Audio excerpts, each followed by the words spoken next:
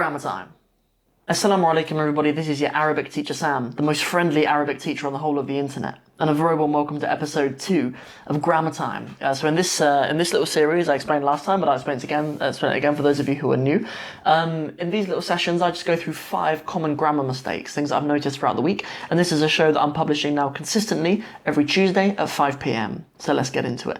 So the first mistake that I've noticed this week, it was actually, there's quite a well-known dairy on Instagram, and he was talking about his Arabic language learning, and he made a mistake. He said this. He said سأأكل شيئا.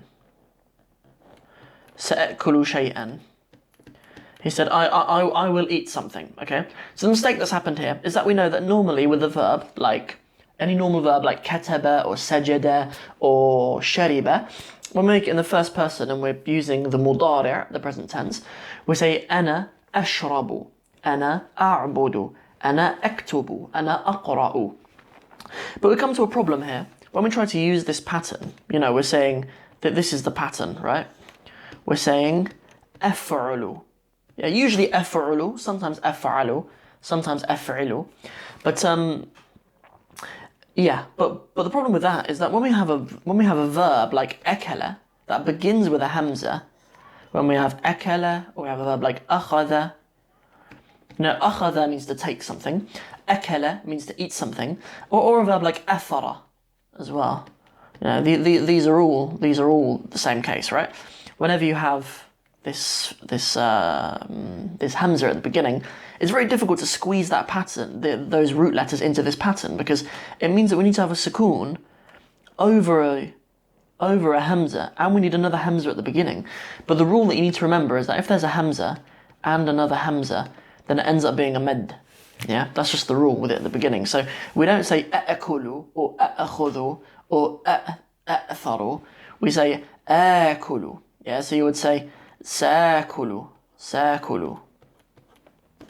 Yeah, or you just say آكل if you're saying I eat, or I take آخذ. Okay, that's how we do it.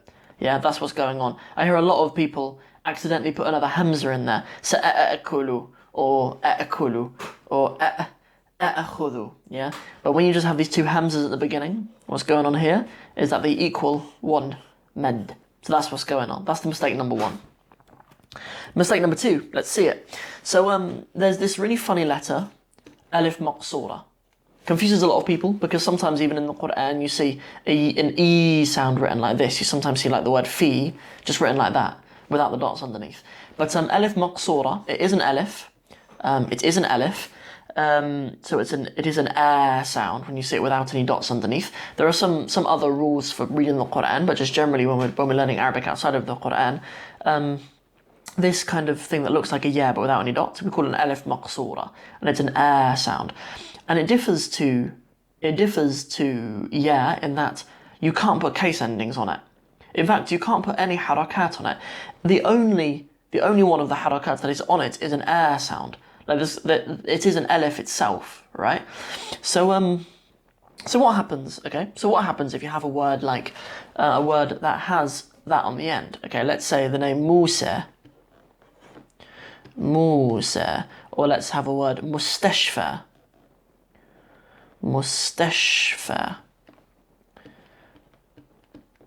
There are some words that don't reflect their case. Okay, there are some words that don't reflect their case, but you never say Musa'u or Musai or Musa. You never do that. Okay, you never do that. In fact, you never see the word Musa's case reflected on it, unlike other names like Yusuf. The name Yusuf. You can see Yusufa or Yusufu. You can see that sometimes, but the name Musa, you can never see that.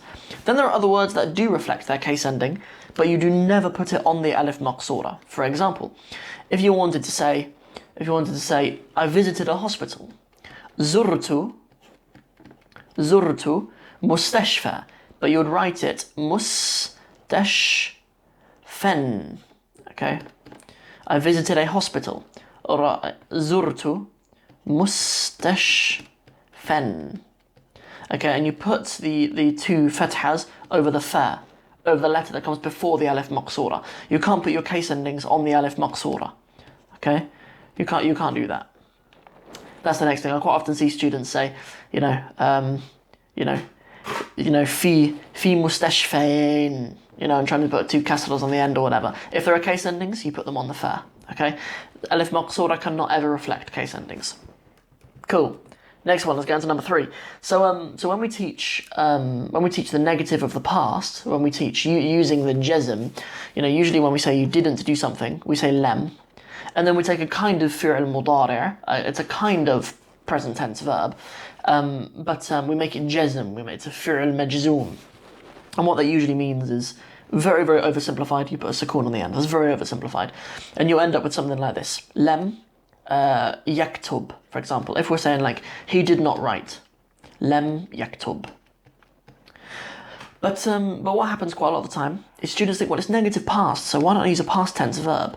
And we end up with lem katab, because they just remember in their head a teacher telling them, okay, you just put a sukun on the end, and that's what makes it negative, and it's in the past tense, so I should probably use a past tense verb. You don't, okay? With a negative past, when you're using lem, you have to use a fi'l mudari'. Okay, you have to say yaktub, you can't say lem katab. If you do want to use a past tense verb to make the negative past, you can, but you have to say ma before. You can say ma kataba, and that has the exact same meaning. Ma kataba is identical to lem yaktub. They're identical in meaning already. Allah uses both in the Quran, so we accept them both. But you cannot mix them up. You cannot take the verb from this option and then the way of negating from this option. Okay, you can't mix those both up. You need to remember that it's a fi'l mudari'. Al-fi'l majzoom, what you need to use after lem, is a kind of fi'l mudari'. It's not a past tense verb, it is a present tense verb. Very nice. Next one. This is a very brief one. A lot of people will be aware of this, but don't translate names. Names in the Arabic language usually carry a meaning in and of themselves. So, for example, if we have the name Abu Huraira,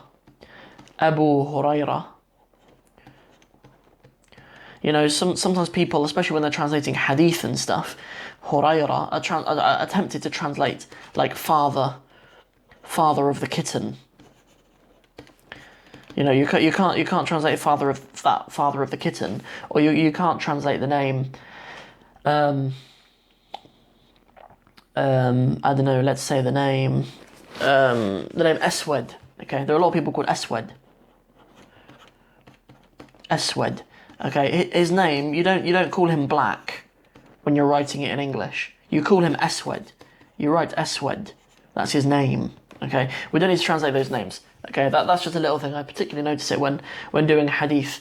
In translations, people often sort of, I don't know, especially beginners, sort of think that you need to be nothing can be left in Arabic, but it's funny how sometimes when you're translating Arabic to English, you sometimes have like an Arabic to like Arab context English, and then you translate the Arab context English into English that people understand. There can be like multiple levels of translating Arabic to English because you're just translating from a completely different literary context, and that's just part of it. But the rule is you don't translate names. You don't translate names. It's their name. You just put it in Latin script. That's what you do.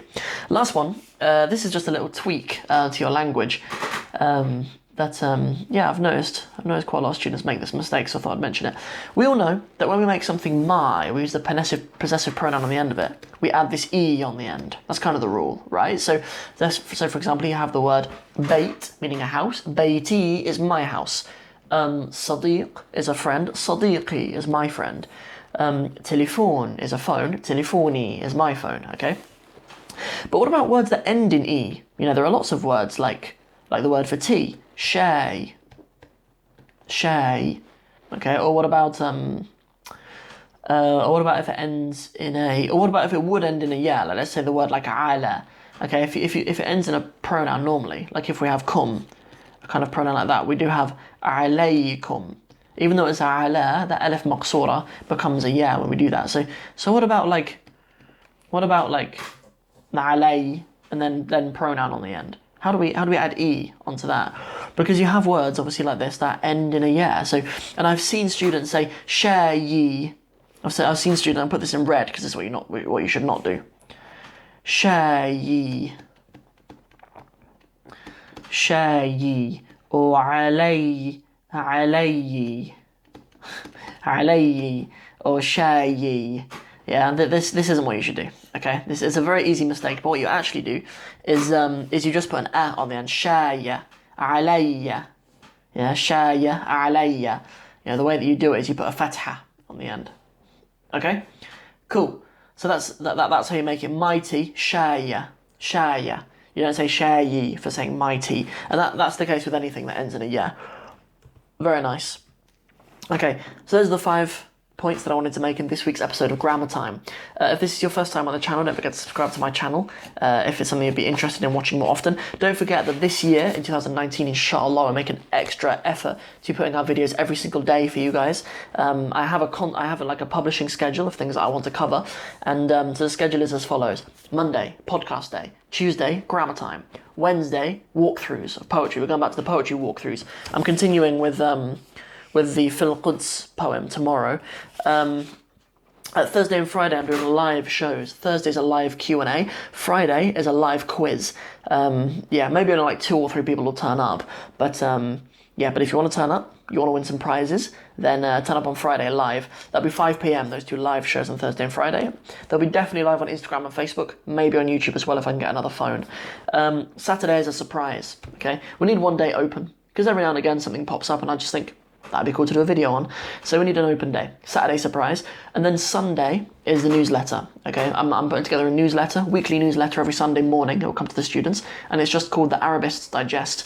And it's just tips, tricks, giveaways, facts and figures and stuff that Arabic students would be interested in. So make sure you subscribe to that, inshallah. There'll be, if there's not already by the time that you guys watch this, there'll be a subscribe button on my website. So you can subscribe to the newsletter and make sure that you get hold of it. But that will be a video. So that'll be a newsletter that will arrive in your inbox every Sunday morning.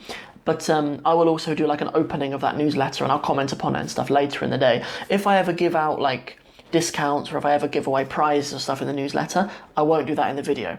So there are a lot of benefits to getting exclusive access to the Arabics Digest. But you can subscribe to that on my website, inshallah. So that's everything for this video. That's the content schedule. We ask that Allah make it easy for me and easy for you guys to be consistent in your studies.